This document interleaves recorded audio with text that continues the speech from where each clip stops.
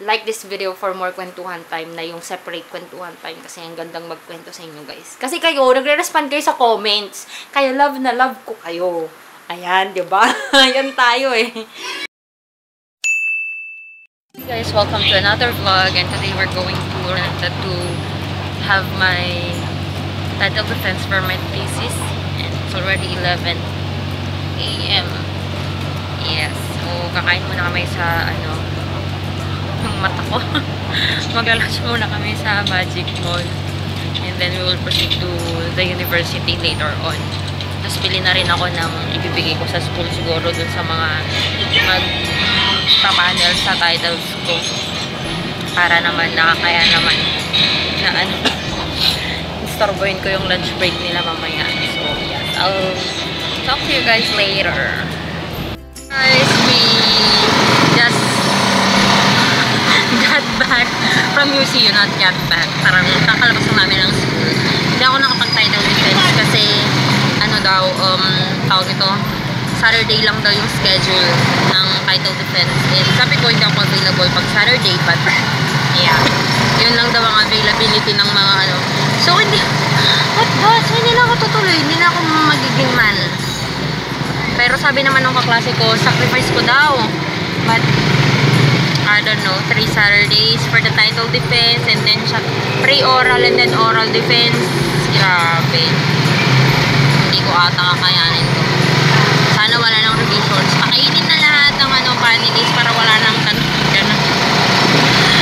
So, punta ko na kaming ngayon, JRS para mag-send ng giveaway ko kay Sis Colleen. Siya yung winner ng giveaway ko. Siya yung winner ng giveaway. So, yeah. See you guys later and then pupunta akong mag-send.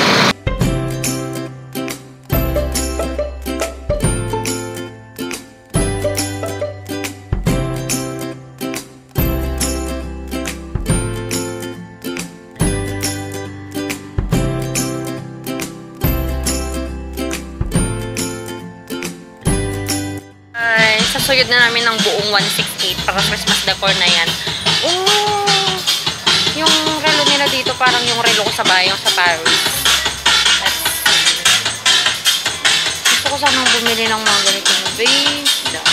The vase like that. Pero mahal. Saka ayoko, gusto ko yung plain lang. Bibili. Wala na. Yan na lang. Bibili natin. Okay na. We'll go na. Christmas lights and all. I'm gonna make a haul video. Sa na lang siguro. Basta, na lang natin. Kung kailan. Oh, yes! Good evening, guys! Just get back home from Urdaneta. Ayun, medyo dapat kasi sabi ko nga magka-title defense ako today. Pero yun nga, Saturday lang daw ang sked. Eh, may duty ako sa Saturday. Ambulance nurse, I guess. So, what happened today is we just shop for Christmas decorations. Napunta kaming 168 sa Novo, of course, dun sa mga mura. Tapos bumili ako ng fabric. So, tapos puntang Watsons, gaya ang hirap. Ang hirap magpigil. Tapos yung mga sales lady doon, ang gagaling mag-sales stock. Sabi ko, girl, ala yung intestine ng closet ko, nakita na naman. Sabi ko dun sa mga dun sa mga sales lady, girl, tama na, alas na, kes. Sabi ko, wag mo akong item. So, ayun. Gagawa ko ng mga DIY, guys, na decor. Magkano lang to? 30 pesos. Ayun. Wag na natin ilabas kasi mag-liters siya. And, lalagyan ng sabon, nalagay ko sa hospital. Gusto ko kasi yung ganito, yung may pagdadrainan siya na ganito. Tapos, may sasalo ng niya, ng parang mga tubig niya. Lalagay ko lang sa hospital kasi wala. Ayoko na ng mga lalagyan ng sabon namin doon. Ako na lang bibili kasi wala eh. Kahit mag-request pa kami, hindi kami nabibigyan ng gamit namin. And of course, I also got some things from 168. Ito, pang DIY ko rin to. May i-DIY akong room decor. So, watch out for those DIY, guys. Gagawa tayo ng 12 days of Christmas. Sana maano natin. Sana mangyari yon. Sana magawa ko talaga yung 12 Days of Christmas na yan. Na series siya. Sisimulan natin by November. Some decorations and a lot of things for the Christmas. So, yun guys. Okay. So, dapat abangan nyo talaga. So, guys, abangan nyo ang aking 12 Days of Christmas na series. Magsisimula yan sa November, basta mga second week siguro or third week ng November hanggang December tayo. May mga gagawin tayong ganon. Hopefully, no, magawa ko talaga lahat yung na videos na yon. And yung room tour na request nyo, some of you are requesting for the room tour, guys. Hindi ko pa siya magagawa right now kasi dapat pag ipapa-room tour ko kayo, wala na tong isang bed na yan na pinaglalagyan ko ng mga magugulong gamit na yan. Kasi yan, by this October, iuwi ko na siya sa Ilocos. So, ang mangyayari, mawawala na yung bed na yan. So, madi-disarrange tong mga gamit dito. So, yes! Let's see kung anong mangyayari. Na-excite na akong mawala yung bed na yan. Ibibigay ko na yan na bed nila lolo't lola ko kasi mas maganda yung bed na yan kaysa yung bed nila doon sa Ilocos. Mas malamig sa likod. Yun. Let me open this one.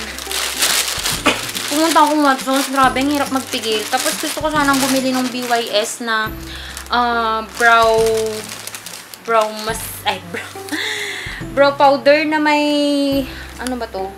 may wax. Kaya lang out of stock. So, bumili ako ng small comb na to para sa pag duty ako, para pag brush, parang brush yung effect niya.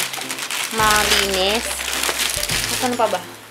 Hair fix para kay Mac. Actually, gumagamit din ako ng ganito sa duty kapag yung yung gusto kong nakapony talaga ako. So, kapag kayo sa workplace nyo or sa mga students dyan na gustong mag-stay yung buhok nyo na kailangang ipony kasi sa mga nurses kailangan nakapony. Dapat clean ka talaga para hindi bumabagsak-bagsak kasi di ba syempre naghahawak ka dyan ng mga fluids ng tao tapos gaganarn ka. Ay nako girl, maligo ka na lang. I need yun. So kailangan namin yun. Kung minsan nakikigamit din ako. And then I got this Nishido final powder na ito. First time kong gagamitin to, hindi ko alam kung anong shade ko. Trinay ko yung iba't ibang shade. Parang may tatlo silang shade. And I got this, what shade is this? Uy, anong shade to? Creamy Glow. Creamy Glow, tapos parang may ivory something pa sila. Kaya lang yung isa, too red for me. Yung isa naman, too white. So, parang ito na lang yung kinuha ko. First time kong gamitin to. Napaka-affordable pa na ng Nishido. And, may bagong product ang iWhite, guys! Grabe! Ito yung ito yung pore purifying balm. So, di ba sabi ko, dun sa favorite ko, sabi ko, yung nose pack, favorite ko yun. So, ito yung gagamitin mo bago ka mag-nose pack. So, i-review natin to. 18 pesos yung isa. Ayan. Ito lang. Isa. So, ewan ko kung para daw parang umangat, para mag-open na yung pore mo. Para sakto pag naglagay ka ng nose strip, bongga, ganun. So, yan. Magta-try tayo.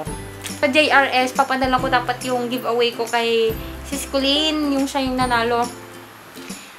Okay na. Tapos, kailangan daw nila ng bubble wrap na ganyan. Syempre, magta-tricycle na naman ako, babalik na naman ako, pupunta akong Magic. Tapos, babalik na naman ako doon sa JRS.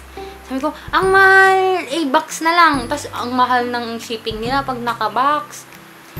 Sabi ko, sige, pa-LBC ko na lang. Di bale, nandun sa mall, diretso na lang ako. Pagdating ko sa mall, tinanggap ng LBC, ganon. Nagawa namin ng paraan. Mas mura pa yung box nila ng LBC. Kasi kaysa sa JRS talaga, guys, mas mahal pa ang JRS. Akala ko mas mura sila. Pagpunta ko doon, wala palang phone number si Sis Colleen sa akin. Tapos mini-message ko siya sa Instagram. Di siya nakakasagot. Siguro hindi siya online. Message ko siya doon sa Facebook page. Ayun.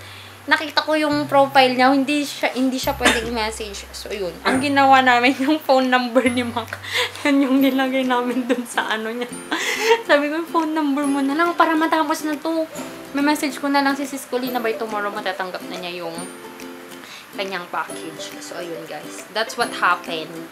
And then, after that naman, medyo okay na. Yung mga ano. Mahirap lang maghanap ng ibang decor. Kasi wala akong mahanap na yung cylinder vase na gusto ko.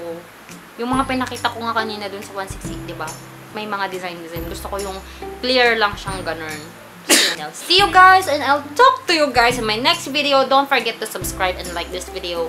And like this video for more kwentuhan time na yung separate kwentuhan time kasi ang gandang magkwento sa inyo guys. Kasi kayo, nagre-respond kayo sa comments. Kaya love na love ko kayo. Ayan, diba? Ayan tayo eh. Thank you so much guys and I'll see you guys in my next video. Bye!